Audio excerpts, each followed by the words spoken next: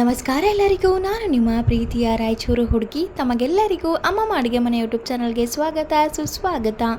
ಇವತ್ತಿನ special recipe ಏನಪ್ಪ ಅಂದರೆ ನಮ್ಮ ಉತ್ತರ ಕರ್ನಾಟಕ ಶೈಲಿಯ ಹಾಗೂ ಹಳ್ಳಿ ಶೈಲಿಯಲ್ಲಿ ಮಾಡುವಂತಹ ಕುಚ್ಚಿದ ಕಡುಬು, ಹಿಂಡಿ ಪಲ್ಯ, ಪುಂಡೆ ಪಲ್ಯನ ಯಾವ ರೀತಿ ಮಾಡೋದು ಅಂತ ನೋಡ್ಕೊಂಡು ಬರೋಣ.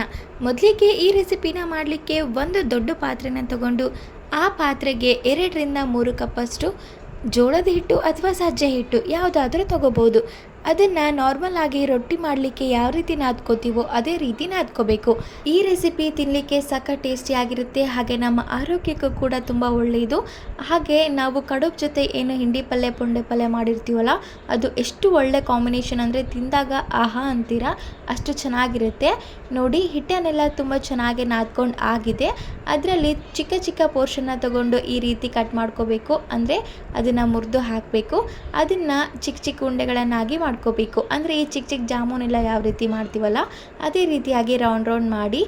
ಹಾಗೆ ಮತ್ತೊಂದು ಕಡೆ ಒಂದು ಪಾತ್ರೆ ಕೂಡ ಕಾಯಲಿಕ್ಕೆ ಇಟ್ಟಿದ್ದೀವಿ. ಆ ಪಾತ್ರೆಯಲ್ಲಿ ನೀರನ್ನು ಹಾಕಿ ಅದ್ರ ಮೇಲೆ ಹಸಿ ಸೊಪ್ಪು ಬರುತ್ತಲ್ಲ, ಅಂದರೆ ಜೋಳದ ಸೊಪ್ಪೇನು ಬರುತ್ತಲ್ಲ ಅದನ್ನು ಇಟ್ಟಿದ್ದೀವಿ. ನೀವು ಇದ್ರ ಬದಲಿಗೆ ಇಡ್ಲಿ ಕುಕ್ಕರ್ ಕೂಡ ಬಳಸ್ಕೋಬೋದು. ಇದೇ ರೀತಿಯಾಗಿ ಎಲ್ಲ ಹಿಟ್ಟನ್ನು ಸಹ ಚಿಕ್ಕ ಚಿಕ್ಕ ಉಂಡೆಗಳನ್ನಾಗಿ ಮಾಡಿ ಈ ರೀತಿ ಹಬೆಯಲ್ಲಿ ಕುದಿಲಿಕ್ಕೆ ಇಡಬೇಕು. ಈ ರೀತಿ ಮಾಡೋದ್ರಿಂದ ಒಳ್ಳೆ ಟೇಸ್ಟ್ ಬರುತ್ತೆ, ಕಡುಬು ತುಂಬ ಚೆನ್ನಾಗಿ ಬೇಯುತ್ತೆ. ನೀವು ಇದ್ರ ಬದಲಿಗೆ ಇಡ್ಲಿ ಕುಕ್ಕರ್ ಸಹ ಬಳಸ್ಬೋದು. ನೋಡಿ, ಆಲ್ರೆಡಿ ನಮ್ಮ ಕಡುಬೆಲ್ಲ ತುಂಬ ಚೆನ್ನಾಗಿ ರೆಡಿ ಆಗಿದೆ. ಇದ್ರ ಜೊತೆಗೆ ನಾವು ಮಾಡ್ತಿರೋದು ಹೆಸರು ಹಿಂಡೆ ಪಲ್ಯ. ಹೆಸರು ಹಿಂಡೆ ಪಲ್ಯ ಅಂದರೆ ಹೆಸರು ಕಾಳನ್ನು ಕುದಿಸಿ ಅದನ್ನು ಸಬ್ಬಸಿಗೆ ಸೊಪ್ಪು, ಬೆಳ್ಳುಳ್ಳಿ ಹಾಕಿ ಉಪ್ಪು, ಖಾರ, ಅರಿಶಿನ, ಶೇಂಗಾ ಪುಡಿನ ಹಾಕಿ ಒಗ್ಗರಣೆ ಕೊಡಬೇಕು. ಹಿಂಡಿ ಪಲ್ಯ ಜೊತೆಗೆ ಪುಂಡಿ ಪಲ್ಯ ಆಗಿರ್ಬೋದು, ಭರ್ತಾ ಪಲ್ಯ ಆಗಿರ್ಬೋದು, ಇವೆರಡನ್ನೂ ಸಹ ಮಾಡಿದ್ರು. ಹಾಗೆ ನೋಡಿ, ಆಲ್ರೆಡಿ ನಮ್ಮದು ಕಡುಬಾಗಿರ್ಬೋದು, ಹಿಂಡಿ ಪಲ್ಯ, ಪುಂಡಿ ಪಲ್ಯ, ಭರ್ತಾ ಎಲ್ಲನೂ ರೆಡಿಯಾಗಿದೆ. ಇದನ್ನು ಒಂದು ಪ್ಲೇಟ್ಗೆ ಹಾಕಿ ಅದ್ರ ಮೇಲೆ ಸ್ವಲ್ಪ ಎಣ್ಣೆನ ಹಾಕಿ ಈ ರೀತಿ ತುಂಬ ಚೆನ್ನಾಗಿ ಕಲಿಸ್ಕೊಂಡು ತಿಂದರೆ ಆಹಾ ಏನಂತೀರ ಆ ಟೇಸ್ಟ್. ದಿನಾಲೂ ರೊಟ್ಟಿ ತಿಂದು ಬೇಜಾರಾಗಿರೋರು ಈ ರೆಸಿಪಿನ ಟ್ರೈ ಮಾಡ್ಬೋದು. ತುಂಬ ಟೇಸ್ಟಿಯಾಗಿರುತ್ತೆ. ಹಾಗೆ ತುಂಬ ಜನಕ್ಕೆ ಈ ರೆಸಿಪಿ ಗೊತ್ತಿರೋದಿಲ್ಲ.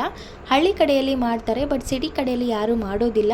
ಸೊ ಒಂದು ಸತಿ ಆದರೂ ಟ್ರೈ ಮಾಡಿ, ತುಂಬ ಚೆನ್ನಾಗಿರುತ್ತೆ.